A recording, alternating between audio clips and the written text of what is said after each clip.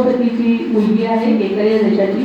केकय देश हा अत्यंत निसर्ग संपन्न आहे, अत्यंत देखणी आहे, चंचल आहे आणि दशरथापेक्षा बरीच लहान आहे वयानं. वयामध्ये आता अंतर असणं ही गोष्ट काही फारशी आश्चर्य करण्यासारखी नाही आहे, कारण तेव्हाची जी लग्न होत असत ही राजकीय लग्न असतात बऱ्याचदा, पण हे लग्न तसं नाही आहे. हे लग्न होत असताना अटींवरचं लग्न आहे.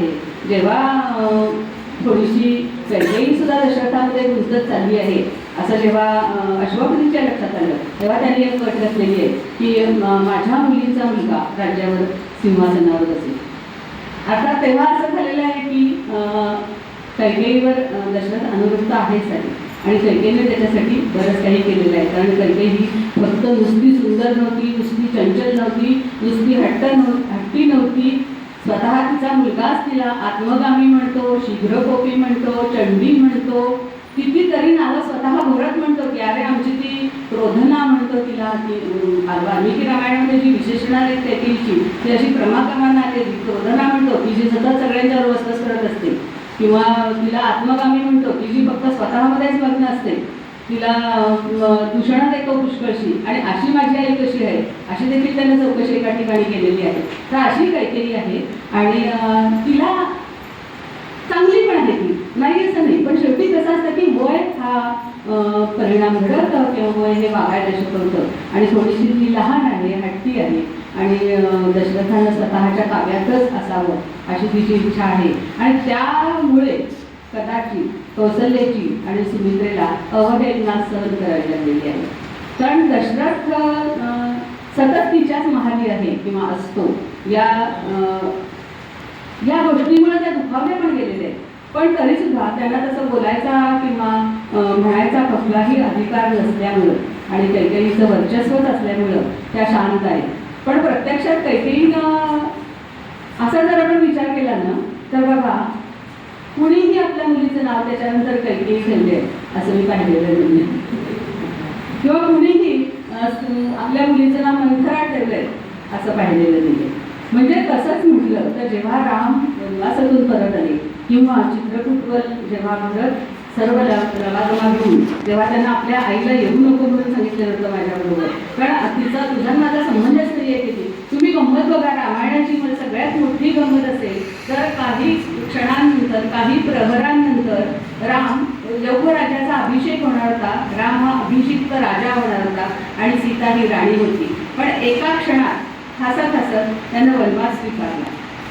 आणि राजा भरत की जो राजा बनणं खूप गरजेचं होतं, कारण का की तिथं अशी परिस्थिती होती की राजा नसेल तर प्रजेची वाताहत होते, राजा नाही असं होऊ शकत नाही कुठलं राज्य. त्यानं एका क्षणात पाणी सोडलेलं आहे. त्या सगळ्या जी अभिषेकाचा त्याला अभिषेक करण्यासाठी जे सामान आणले त्याच्यावर एका क्षणात त्यांनी पाणी सोडलंय आणि त्यांनी वनवास स्वीकारलाय. तो म्हणतो वनवासच घ्यायचा आहे ना, कुठल्या तरी एका पुत्रांना वनवास घ्यायचा आहे, मी वनवासात जातो पण राजा रामच होईल, माझा राम दादाच राजा होईल. पहा म्हणजे कशी नाती असतात. या नात्यांचा अभ्यास करूया आपण थोडासा एक 5 मिनिटात. की लक्ष्मण सुद्धा बहिष्ठर प्राण म्हणतो. का असं म्हणतो तर जे पायस होतं त्याचे 2 वाटे केले गेले सुरुवातीला. अर्धा कौसल्याला गेला आणि अर्धा कैकेयीला गेला. त्याच्यानंतर त्या दोघींच्या असं लक्षात आलं की सुमित्रेला त्यातला वाटा मिळालेला नाही आहे, त्यामुळं कौसल्यानं आपल्यातला 1/4 सुमित्रेला दिलाय आणि कैकेयीने देखील आपल्यातला 1/4 सुमित्रेला दिलाय आणि सुमित्रेला 2 पुत्र झाले. बहिष्ठर प्राण आपण जेव्हा म्हणतो की रामाचा बहिष्ठर प्राण, एक प्राण त्याच्या देहामध्ये आणि एक प्राण लक्ष्मणामध्ये, तर असं का म्हणतो तर पायसाचा जो वाटा, माझं असं म्हणजे जो वाटा लक्ष्मणाकडे गेला तो रामाचा सेवक झालेला आहे. लक्ष्मणाची संपत्ती कोणती तर दास्य संपत्ती आहे त्याची, दास्य लक्ष्मी आहे त्याच्याकडं. फक्त राम आणि त्या व्यतिरिक्त त्याला आयुष्यात दुसरं काहीही बघितलेलं नाही आहे. आणि भरताकडे जो गेला आहे तो दुसरा वाटा गेला आहे, कैकेयीकडनं गेलेला आहे तो, पण त्याच्यावर संस्कार मात्र सगळे हे रामाचेच आहेत. राम आणि भरत या दोघांच्या दिसण्यातही साम्य आहे, एक थोडा सावळा आहे. आणि खरं म्हटलं तर मला असं वाटतं की या मोठा म्हणजे राम तरी किती मोठा होता, या मुलांच्या वयामध्ये अंतर काय होतं असं. राम आहे चैत्रातल्या 12 वाजताचा जन्म आहे त्याचा, त्याच दिवशी पहाटे पहाटेचा भरताचा जन्म आहे, म्हणजे काही 12 तासाचा किंवा 18 तासाचा फरक आहे या दोघांच्या जन्मामध्ये. आणि त्यानंतरच्या लगेचची तिथी क्षय आहे आणि त्याच्या लगेचच्या दुसऱ्या दिवशी सुमित्रेला ही 2 मुलं झालेली आहेत. म्हणजे यांच्या वयामध्ये काही तासांचा फरक आहे. असंही नाही की राम फार मोठा आहे किंवा भरत अगदीच लहान आहे, पण यांच्यावर जे संस्कार झालेले आहेत ते मात्र उत्तम आहेत आणि त्यांच्यामध्ये जे पायसामधून आलेले संस्कार आहेत तेही उत्तम आहेत. त्यामुळे एकमेकांसाठी किती त्याग करावा आणि कसा त्याग करावा, किंवा आपल्याला कधी कधी असं वाटतं मी किती करू, आपण असं काही करत नसतो बरं का, खरंच करत नसतो. असं थोडासा अभ्यास केला किंवा थोडंसं आपण वाचन आपलं वाढवलं किंवा थोडंसं आणखीन पुढे गेलो, आपल्या विचारांच्या दृष्टीनं आपल्या विचारांमध्ये बदल करू शकलो तर खरं आपण जे करतो ते काही करत नाही, त्या मनाने जास्त मिरवतो जास्त, असं मला वाटतं. तर असं आहे. आणि याच्यामधनं कैकेयी मात्र हट्टी आहे आणि तिनं स्वतःच्या पतिहत्येचं पातक स्वतःवर घेतलेलं आहे. आता याच्यामध्ये असं म्हटलं जातं की सरस्वती ही मंथरेच्या दिवेवर जाऊन बसली, किंवा माया रूपातल्या सरस्वतीनं म्हणजे मंथरेनं कैकेयीला मिठी मारली आणि कैकेयीची बुद्धी फिरली. कारण का की राम राजा होणार असं जेव्हा कैकेयीला कळलं तेव्हा कैकेयीनं आनंदच व्यक्त केलेला आहे, खूप आनंद झालाय. कारण भरतापेक्षा रामावर तिचं प्रेम जास्त आहे, रामाचा सहवासही तिला जास्त आहे. कारण लग्नानंतर भरत आणि शत्रुघ्न हे आजोळी गेलेले आहेत 12 वर्षासाठी आणि राम आणि लक्ष्मणच फक्त तिथे आहेत आणि तिचा लहानपणापासूनच रामावर अत्यंतिक प्रेम आहे. त्यामुळे तिला खूप आनंद झालाय. तिला हे मनोमन माहित आहे की ज्येष्ठ पुत्र राम आहे तेव्हा रामालाच अभिषेक होणार आहे. पण ज्या क्षणी मंथरेने तिच्या मनात हा विचार केला आहे की आता पट्टराणी कौसल्या आहेच, पण आता ती राजमाता सुद्धा होईल आणि आतापर्यंत तू जे त्याच्याशी वागलेली आहेस त्याचं ती उत्तर काढण्याची राहील का, आता ती अवहेलना तुला सहन करावी लागेल. तर तू विचार कर, तुझ्याकडे 2 वर आहेत आणि हे वर काय आहे हे तिनंच तिला सुचवलेलं आहे आणि त्याच्यात तिनं सांगितले की 14 वर्षाचा वनवास. ह्यालाही खरं तर सुरुवातीला तिला वाटतं की अरे राम कशाला वनवासात जायला पाहिजे, रामानं फक्त संमती दिली की वास आहे. नाही, 14 वर्षामध्ये प्रजा रामाला विसरून जाईल, 14 वर्षामध्ये भरत लोकप्रिय होईल आणि तुझ्या भरताचंच सम्राट म्हणून सगळीकडे नाव घेईल, असा तू विचार कर. आणि त्यासाठी हे सगळं घडवून आणलं गेलंय. एका क्षणामध्ये कैकेयीची बुद्धी फिरली आपण बघतो आणि कैकेयीने स्वतःवर घेतलेले दोष देखील सगळ्यात शेवटी आपण बघणार आहोत आणि रामाने तिचं केलेलं सांत्वनही बघणार आहोत. आता जेव्हा चित्रकूटला हे सगळे लोक जाणार होते तेव्हा देखील सुमित्रेने मध्यस्थी केलेली आणि कैकेयीला चित्रकूटला येण्याची परवानगी दिलेली आहे. तेव्हा सर्वप्रथम रामाने चौकशी कैकेयीचीच केलेली आहे. खरं आता लक्ष्मण त्याच्याबरोबर गेलेला आहे. तो जेव्हा आईचा आपल्या सुमित्रेचा मोठेपणा बघा तुम्ही, तिचं निरोप घ्यायला जेव्हा, कारण आपण स्त्री व्यक्तिमत्व बघतोय तेव्हा तो सांगतो की हो तुला गेलंच पाहिजे, पण तुला रामासाठी हे केलंच पाहिजे, तू रामाचाच आहेस आणि तू जा. आणि त्याच्यामध्ये 2 उद्देश आहेत की लक्ष्मण हा शीघ्रकोपी आहे, महत्वाचा गोष्ट आहे की तो शीघ्रकोपी आहे आणि तिथं त्या क्षणी तिथं राजवाड्यामध्ये असं वातावरण आहे की सुमित्रेच्या माहेरची माणसं, कौसल्याच्या माहेरची माणसं, कैकेयीच्या माहेरची माणसं, त्यातले अधिकारी, आणि त्याच्यामध्ये जर असं काही घडलं तर लक्ष्मण त्याला विरोध करेल किंवा आणखी इथलं वातावरण बिघडेल याची कल्पना सुमित्रेला आहे. कारण जेव्हा रामाचा अभिषेक नाकारला गेला राज्याभिषेक तेव्हाच त्यानं खडकं काढलेलं आहे की मी बघतोच, मी त्या आपल्या पित्यालाही घोषणा दिलेली आहे त्यानं की त्या अधीन झालेल्या स्त्रीच्या अधीन झालेल्या वडिलांचा ऐकायची काही गरज नाही आहे, त्याला आपण तुरुंगात टाकूया आणि तुला राज्यावर बसवूया, असाही त्यानं तोडगा काढलेला आहे. पण रामानंच त्यांना शांत केलेलं आहे आणि आम्हालाही हे माहीत आहे की लक्ष्मणाचा स्वभाव थोडासा संतापी आहे, तो आपल्याबरोबर असलेला बरा. कारण इथं आणखीन अयोध्येमधलं वातावरण थोडंसं चिघळायची शक्यता आहे आणि शत्रुघ्न जरी थोडासा चिडका असला किंवा संतापी असला तरी भरत त्याला सांभाळून घेणारा आहे. भरतावर मोठा विश्वास आहे रामांचा.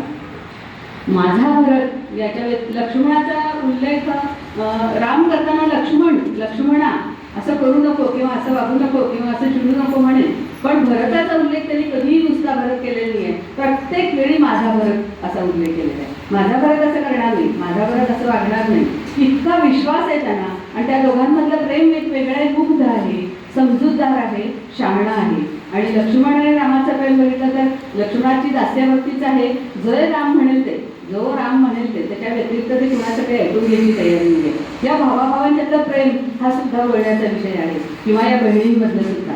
कारण फक्त रामा आणि सीतेनं वनवास भोगलाय का हो, असं मुळीच नाही आहे. ह्या मांडवी आहे, श्रुतिकीर्ती आहे किंवा ही आहे तिसरी, तर या तिन्ही पत्नींनी देखील वैराग्य धारण केलेलं आहे की जेव्हा व्रतस्थ आहेत त्या, जसं की सीतेनं रामाला वनात जाताना म्हटलं होतं की मी काहीही तुम्हाला त्रास देणार नाहीये, मी व्रतस्थ राहीन 14 वर्ष, मला माहीत आहे वनातलं जीवन म्हणजे काय याचा मला कल्पना आहे आणि मी तुम्हाला काही त्रास देणार नाही, पण मी तुमच्याबरोबर येणारच, हा जेव्हा तिने हट्ट केला. पण हा हट्ट फक्त तिचाच आहे का? बघा तुम्ही विचार करा की वनात रोज वैराग्य बाळगणं अगदी सोपं आहे, मला तर वाटतं. ठीक आहे, वनातच आहोत आपण आणि आपल्याला प्रत्यक्षाने याची जाणीव आहे की आपण वचनबद्ध आहोत किंवा आपला हा वनवास सुरू आहे, आपलं हे ग्रस्त जीवन नाही आहे हे आपल्याला माहीत आहे. पण राजवाड्यावर राहून राजसचे सगळे उपभोग समोर असताना वैराग्य बाळगणं आणि व्रतस्थ राहणं ही अत्यंत अवघड गोष्ट आहे, जी ह्या तिघींनी केलेली आहे. उर्मिला असेल, मांडवी असेल किंवा श्रुतकीर्ती असेल. भरत तर नंदीग्राममध्ये बसलेला आहे पादुकांना घेऊन डोक्यावर, की राज्यकारभार तिथनं तो सांभाळतोय. शत्रुघ्न राजवाड्यावरचं सगळं 3 माता, ह्या 3 पत्नी आणि राजवाड्याचं सगळं राजकारण सांभाळतोय, या बातम्या तिकडे करते. मांडवी राजवाड्यावरच आहे कारण तिला तिकडे जायला परवानगीच नाही आहे भरताची, त्यामुळे ती पण आहे. तर ह्या तिघी जणी व्रतस्थ आहेत पहिली, असं नाहीये की त्यांनी खूप उपभोग घेतलेले आहेत.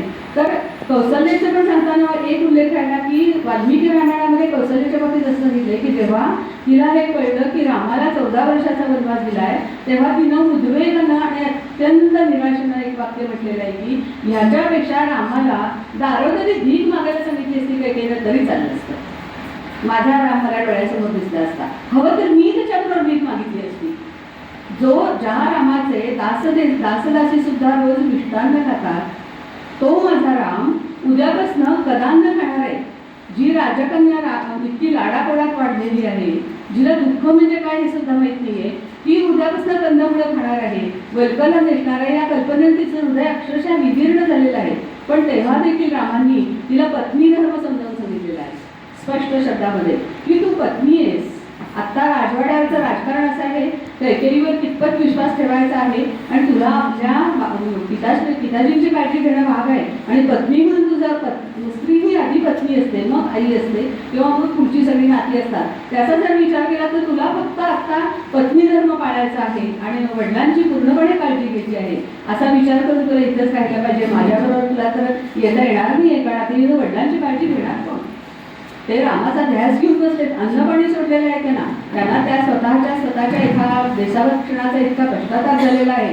कैकेयीला तर त्यांनी कधीच मुक्त केलेलं आहे की तू आजपासून माझी कुणीच नाही आहेस किंवा तुला अधिकार, तुझे पत्नी म्हणून सगळे अधिकार मी काढून घेतलेले आहेत. आणि एकही सांगून ठेवतो दशरथ म्हणाले की जर भरताना राज्य स्वीकारलं तर त्याला माझं पिंडदान करून देऊ नका, मी जर गेलो तर. इतकं देखील तो कडक तिला बोललाय, तरीही कैकेयीनं आपलं वचन मात्र पुढं नेलेलं आहे. आणि सीतेला आणि रामाला, सीतेला नाही आहे, सीतेला कुणीही वनवासात जायला सांगितलेलं नाही आहे. पण कैकेयी अशी आहे की चंचल आहे, हट्टी आहे आणि त्या क्षणी तिची बुद्धी फिरली असं आपण म्हणू शकतो. आणि कैकेयी सुद्धा कैकेयीनं रामाचा वनवास हा पक्का केला आहे किंवा त्याला वनवासात जाण्याची आज्ञा दिलेली आहे. वसिष्ठ सुद्धा मध्ये पडलेले आहेत आणि ते म्हणते की असं नाही आहे, मी सांगतोय. कारण काय होतं की तेव्हा राजा, कुठलाही राजा जेव्हा राजा म्हणून सिंहासनावर बसला, त्याला अभिषेक व्हायचा, तेव्हा त्याच्या हातात एक दंड असायचा आणि तो म्हणायचा की हा दंड आहे आणि मला कुणी दंड करू शकत नाही अशा अर्थाने. तेव्हा वसिष्ठ किंवा जे कुलगुरू असतात ते उभारून सांगत की अहम धर्मम दंडस्मी, म्हणजे धर्म तुला पदच्युत करू शकतो. आणि अशा कितीतरी आपल्याला कथा मिळतील की राजा जेव्हा प्रजेच्याकडे लक्ष देत नाही आहे किंवा प्रजेकडं सुखाच्या ह्याच्यामध्ये अधीन झालेला आहे किंवा अन्य मार्गाने विचित्र मार्गाने कुठे जायला लागलेला आहे, तेव्हा राजाला पदच्युत केलेलं आहे, धर्मानं त्याला दंड दिलेला आहे, अगदी मृत्यूदंड सुद्धा दिलेला आहे. वैनतेय राजाची सुद्धा कथा या संदर्भात येते की त्याला देखील असा दंड सगळ्यांनी मिळून, ऋषींनी मिळून हे राजकारण करून त्याला मृत्यूदंड दिलेला आहे. त्यामुळं असं होतं की कैकेयीनं जेव्हा हे वनवास सांगितला तेव्हा ह्या सगळ्या गोष्टींमधनं म्हणजे असे मार्ग निघत होते की वसिष्ठांनी सांगितलं की आपण सीतेला राज्याभिषेक करू. राणी आहे ती आज अयोध्येची, तर ती आणि तिच्या वतीनं, रामाच्या वतीनं ती राज्यकारभार करू शकते.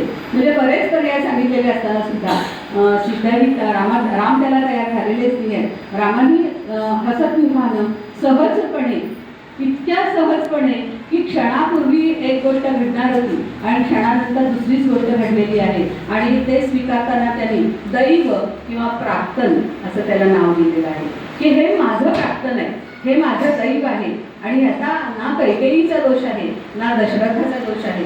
फक्त माझ्या वडिलांनी मला स्वतःला हे सांगितलं असतं तरी मी केलं असतं, राणीच्या वतीनं त्यांनी का सांगावं याचं मात्र त्याला दुःख झालेलं आहे की कैकेयीने मला हे का सांगावं. मला स्वतः माझ्या वडिलांनी जरी सांगितलं असतं तरी मी हे आचरण केलंच असतं, एवढं मात्र त्यांना दुःख झालेलं आहे. आणि राम वनवासात गेले तर त्याचं वर्णन तर इतकं सुंदर आहे वाल्मिकी रामायणात, म्हणजे मला असा मोह होतं हे सांगू का ते सांगू. पण आता आपला तो विषय नाही आहे. तर आपण आता वानर स्त्रियांमध्ये बघूया. ऋषी स्त्रिया आपण बघितल्या, राजघराण्यातल्या तिघी बघितल्या, अजून सीता मुद्दाम मी सगळ्या शक्ती बोलण्यासाठी ठेवलेली आहे. तर आता आपण वानर स्त्रियांमध्ये सुद्धा कुणी वानर ही मानवच होते, फक्त त्यांनी वानर वेश घेतलेला होता.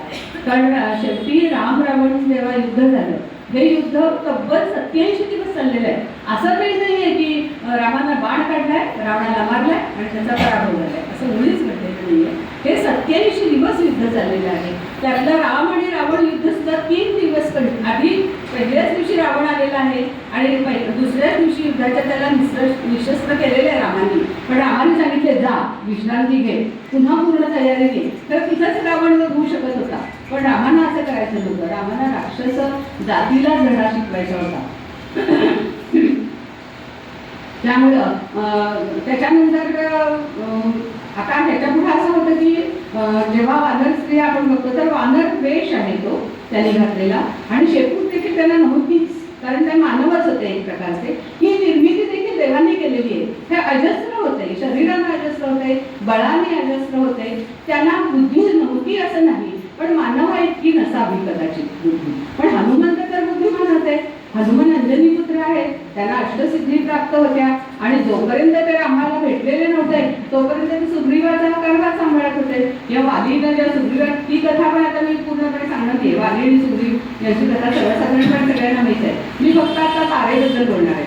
तारा ही वालीची पत्नी होती आणि वालीवर रामांकडून झाला. कसा झाला, काय झालं हे सगळं तुम्हाला खरं म्हणजे माहीतच आहे आणि त्याच्यासाठी रामांवर विविध आरोप केले जातात आणि त्याचं खंडनही करता येतं, पण ते आत्ता तो आपला विषय नाही आहे. पण तारा जी होती ही सुषेण वैद्यांची कन्या होती. तिला वैद्यकशास्त्र पूर्ण माहीत होतं, तिला वनस्पतींचं ज्ञान होतं, ती अत्यंत हुशार होती, तिला राजकारणाचं ज्ञान होतं आणि तिला नैसर्गिक एक उपजत अशी शक्ती होती. तिला मोठे मोठे प्रपात किंवा मोठ्या काही घटना घडत असतील तर त्याची चाहूल लागत होती. त्यामुळे वाली जेव्हा युद्धाला निघाला तेव्हा तिनं त्याला सांगितलं होतं की राजत्वत जाऊ नको, मला वेगळेच संशय येत आहेत किंवा वेगळं काही घडणार आहे असं मला वाटत आहे. तर ते असं आहे की राम आणि लक्ष्मण हे अयोध्येचे पुत्र सध्या इकडे या भागात आले आणि वावरत आहेत असं मला कळले. सुग्रीवाला कुणाचं तरी सहाय्य असल्याशिवाय सुग्रीव असं तुला आव्हान देणार नाही, राजा तू जाऊ नकोस. पण तो वालीने सांगितलं की बळबळ युद्धाला नाही म्हणणं हे माझ्यासारख्याला शोभत नाही, मी जाणार. म्हणून तर गेला आणि तिथं त्याचा रामाकडून वध झालेला आहे. तो आता कसा झाला काय झाला ह्याच्यामध्ये आपण आता इतकं सगळं बोलायला वेळ पण नाही आहे मला. तर तारा, आपण तारा मुख्य सांगतोय. तर तारेचं असं आहे की तिला हे सगळं कळते आणि तारा अत्यंत उत्तम राजकारण करते, उत्तम राजकारण जाणते ती. लक्ष्मण 3 महिने पावसाळ्याचे संपल्यानंतर जेव्हा रामाना संताप आलेला आहे की सुग्रीवानं काहीच हालचाली केलेली नाही आहे किंवा सुग्रीव काहीही करत नाही आहे, तर जा लक्ष्मणा. कारण राम स्वतः राज्यात कोणाच्या प्रवास करू शकत नव्हते, वनवास त्यांना होता, वनवास लक्ष्मणाला नव्हता. त्यामुळे लक्ष्मण कोणाच्याही राज्यामध्ये सहज जाऊ शकत होते किंवा प्रवेश करू शकत होते. तर तू जा आणि वालीला सुग्रीवाला फक्त निरोप दे माझा की वाली ज्या मार्गाने गेला तो मार्ग अजूनही उघडा आहे आणि त्या मार्गाने तूही जाऊ शकतोस. तुझं जे कर्तव्य आहे का मी माझं कर्तव्य केलेलं आहे, तुला राज्य पण मिळवून दिलेलं आहे, आता तू तुझं कर्तव्य कर. कारण सीता शोधाची मोहीम हातात घेणं हे आता त्याचं काम आहे आणि त्याने ते करणं म्हणून लक्ष्मण संतापीच आहे. तो अत्यंत चिडून संतापून गाण निघालेला आहे, येता जाता जे दिसतील त्यांच्यावर हल्ला करतोय किंवा असा. आणि अचानक तारेला हे कळलेलं आहे की लक्ष्मण खूप संतापून आलेला आहे आणि सुग्रीव घाबरलेला आहे. कारण सुग्रीवाच्या हातात अचानक सत्ता आली आहे, स्त्री आली आहे, मध्य आलेलं आहे, त्यामुळे तो वावरत गेलेला आहे थोडासा. तर त्यानं तारेला पाठवले आहे समोर त्याच्या. स्त्रीला बघितल्यानंतर समोरच्या माणसाचा संताप थोडासा खाली येतो किंवा बोलण्याची पद्धत थोडी बदलते, ही त्याची एक त्याच्यात धारणा आहे. आणि दुसरी गोष्ट म्हणजे तारा उत्तम वाक्पटू आहे. समोरच्या माणसाला कसं बोलायचं आणि कोणत्या वेळी कसं वागायचं हे तारेला व्यवस्थित माहीत आहे. आणि त्यामुळे तारेला तिला पाठवल्यानंतर तारेने पहिल्यांदा काय एवढे चिडलाय तुम्ही, असं काही नाही आहे, सुग्रीव काही इतका बेजबाबदार नाही आहे. आता बघा तुम्ही या आठवड्यात सर्व वानर येतीलच, आम्ही आमच्या संपूर्ण वानर जमातीला सांगितलेलं आहे. आणि बघा तुम्ही अंदाज घ्या, आत्तापर्यंत कित्येक कोटी वानर येऊन पोचले सुद्धा असतील. तुम्ही पहा, आजूबाजूला बघा, आवाज येत आहे, असं करून त्याला सांगितलेलं आहे. आणि मुख्य म्हणजे जाता जाता ती एक वाक्य सगळं शोधून म्हणलेली आहे, की एक लक्षात ठेवा, वानरांच्या सहाय्याशिवाय रामाचा विजय होणार नाही, वानरांच्या सहाय्याशिवाय सीतेचा शोध लागणार नाही. म्हणजे आमच्यावर एवढं चिडायची गरज नाही, आमची तुम्हाला गरज आहे, हे पण तिने अत्यंत सौम्य शब्दामध्ये लक्ष्मणाला सांगितलेलं आहे. आणि तोपर्यंत सगळे वानर वगैरे जमा झालेले आहेत. पण तारा अत्यंत बुद्धिमान आहे, इतकी बुद्धिमान आहे की वालीवध झाल्यानंतर जे प्रश्न वालीनं रामांना विचारले तेच प्रश्न तिला देखील पडलेले आहेत. पण ती म्हणते की ठीक आहे रामा, ठीक आहे, तू हे केलंस, पण आता एक गोष्ट कर की तू मला पण मार.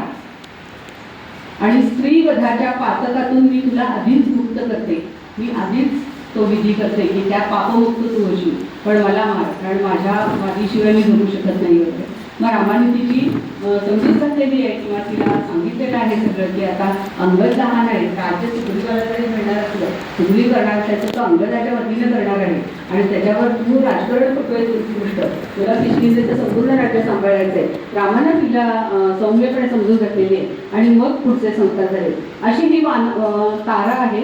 आपण पंचकन्या स्मरणित्तमध्ये मंदोदरी घेतो, आणखीन अहल्या घेतो, तर अहल्या मंदोदरी त्याच्यामध्ये आपण पंचकन्यांमध्ये घेतो. त्याची आता आपण मंदोदरी बोलूया, मंदोदरीवर सांगूया, कारण मला किती वेळ आहे, थोडा अजून एक 15 मिनिटं चालतील. तर मंदोदरी ही मयासूर आणि हेमा अप्सरा यांची मुलगी आहे आणि अत्यंत सुंदर आहे, लावण्यवती आहे. रावण हा